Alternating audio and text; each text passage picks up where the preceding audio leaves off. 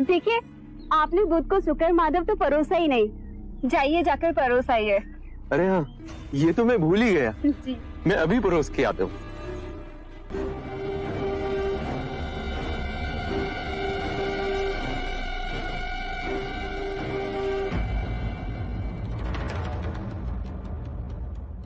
ये शुक्र माधव तो मैं आपको परोसना भूल ही गया।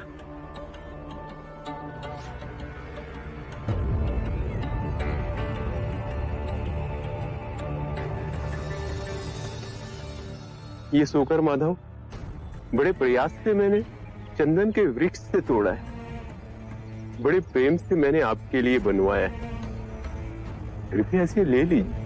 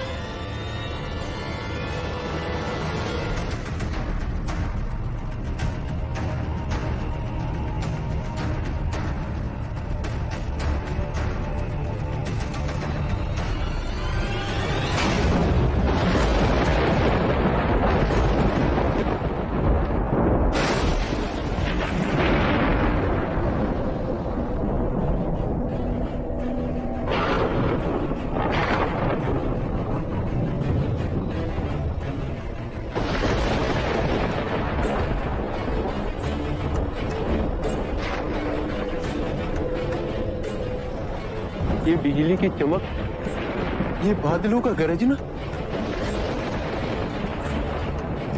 ये वर्षा ऋतु का समय भी नहीं। चंद,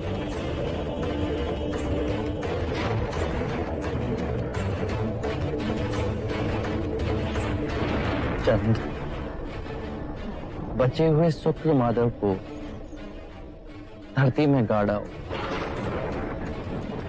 भूले से भी किसी को मत खिलाना।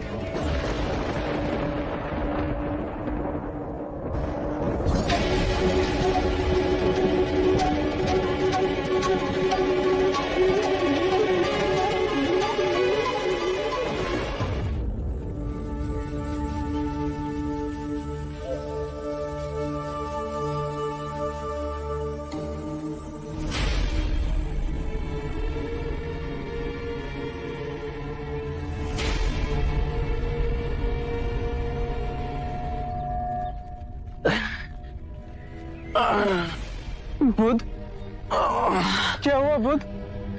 आनंद, हम कुछ देर यहीं रुकेंगे। अनिरुद्ध, तुम बाकी भिक्षुओं को लेकर कुशागार की ओर जाओ, हिरण्य नदी के समीप। हम दोनों तुम्हें वहीं मिलेंगे। आनंद, तुम इस वृक्ष के नीचे मेरा आसन में खाओ। जी बुध। मैं कुछ समय यहीं विश्राम करूंगा। जी।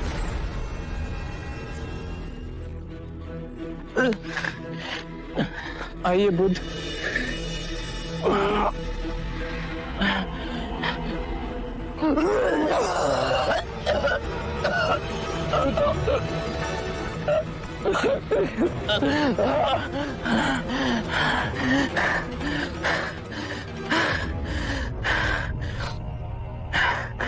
आनंद, बहुत प्यास लगी, जल्दी जाकर मेरे लिए चल ले आओ।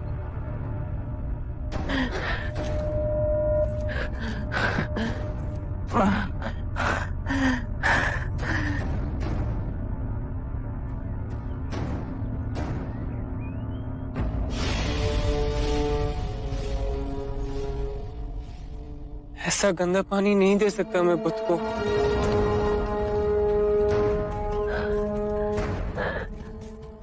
बुध, आनंद, जल लाए, मुझे बहुत प्यास लगी। बुध, वहाँ का जल बहुत गंदा है, आपके पीने योग्य नहीं है। कलकत्ता तक रुकिए, वहाँ का जल मीठा और निर्मल है। वहाँ जाते ही मैं आपके जल पीने का और स्नान करने का प्रबंध कर दूंगा। आनंद, इस भिक्षा पात्र में जल ला, जल स्वच्छ है, जल्दी जाओ। जी बुध।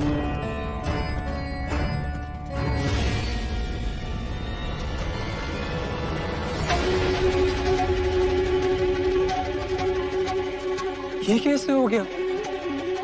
भिक्षा पात्र डालते ही पानी शुद्ध हो गया। बुध,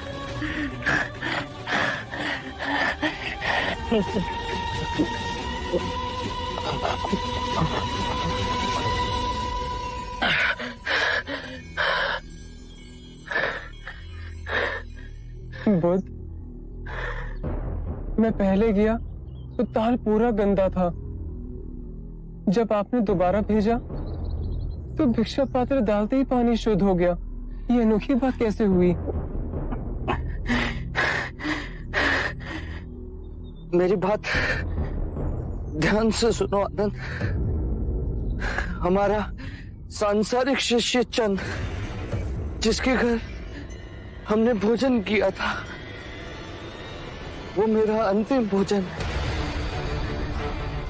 लोग उस पर लांछन लगाएंगे, कहेंगे वो भोजन अयोग्य था। पर तुम उनसे कहना कि मुझे जीवन में 2 ही भोज अविस्मरणीय और रुचिकर लगे। प्रथम भोज जो मैंने परम सत्य पाने से पूर्व ग्रहण किया, और दूसरा जो महापरिनिर्वाण से पहले मैंने ग्रहण किया। चांद को व्यथा नहीं हो,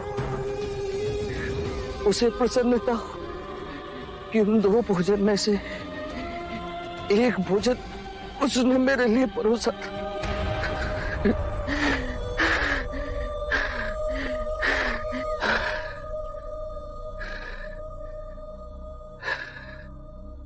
आनंद, हमें हिरण्य नदी के पार जाना है, कुशागार के समीप। वहां साल के वन है। साल के वृक्षों पर बहुत सुंदर पुष्प आते हैं, बिल्कुल ज्वाला के समान। लाल रंग के सुनहरे पुष्प। मल्ला राजद्वार के पास हमें जाना है। जल्दी चलो आनंद। जी बुध। हमें देर हो रही है।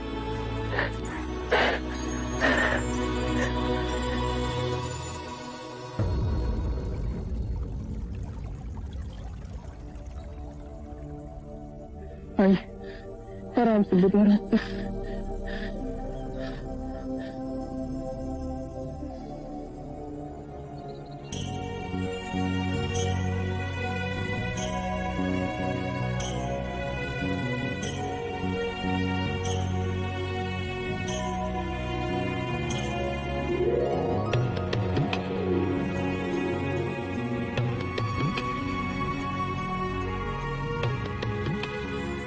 आनंद, इन दोनों वृक्षों के नीचे मेरा बिछोना बिछा दो।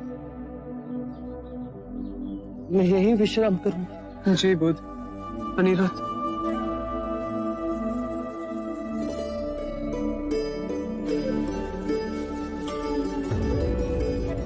अनिरुद्ध, धर्म का स्वभाव तथागत है। तथागत का अर्थ है जो है, जैसा है। इसी अद्भुत तथागत से कमल का पुष्प उत्पन्न हुआ। तथागत से अनिरुद्ध का उदय हुआ। आप सभी का उदय हुआ। आनंद का उदय हुआ। इस संपूर्ण प्रकृति का उदय हुआ। जो भी तथागत से उत्पन्न हुआ है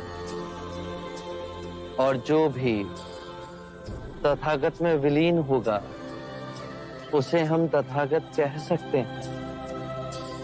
धर्म कहीं से नहीं उपजते और ना ही कहीं जाते हैं। धर्म केवल है और रहेंगे। आज से मैं और सारे भिक्षु आपको तथागत कहेंगे। आपको तथागत कह के हमें स्मरण होगा कि हम सब में तथागत का बिंदु है।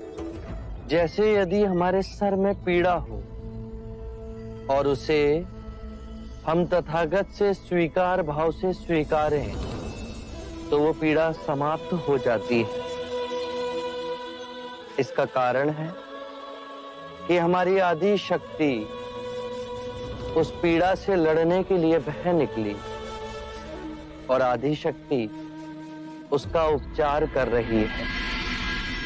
ये दोनों विभाजित शक्तियां सर की पीड़ा से अधिक सर को दुखा रही हैं। यदि हमने तथागत से इस पीड़ा को स्वीकार भाव से स्वीकार कर लिया तो दरार भर गई। अब हमारी सारी शक्ति इस पीड़ा को आरोग्य करने में जुट जाएगी। आइए बुद्ध।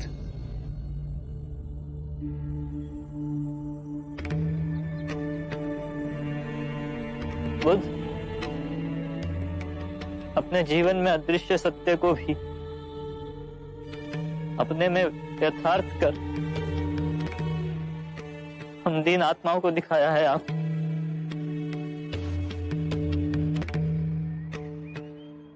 क्या हुआ भिक्षु अनिरुद्ध? आप तो धैर्यवान, फिर आज रो क्यों गए?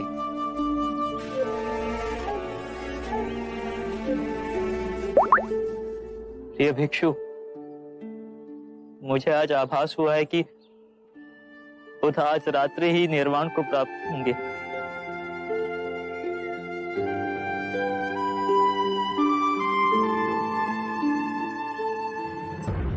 आनंद, मेरा सिर उत्तर की ओर होना चाहिए।